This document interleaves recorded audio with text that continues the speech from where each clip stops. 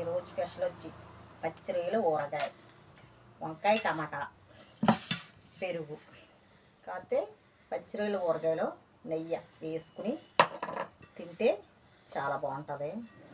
నాకైతే చాలా ఇష్టం. మీకు ఎంతమందికి ఇష్టమో కామెంట్ చేయండి. నా వీడియోలు షేర్ చేస్తారని, లైక్ చేస్తారని, నన్ను ఆదరిస్తారని చాలా ఆశతో రీల్స్ చేస్తున్నాను. నాకు సపోర్ట్ చేయండి.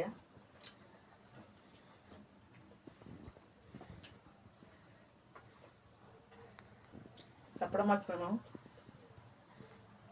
పచ్చిరొయ్యలు ఊరగాయ నేను చేశాను. బాగా సెట్ అయింది. అన్నం అంతా తినచ్చు పచ్చిరొయ్యలు. నాకైతే చాలా ఇష్టం. మీరు ఎంతమందికి ఇష్టమో కామెంట్ చేయండి. ఓకే.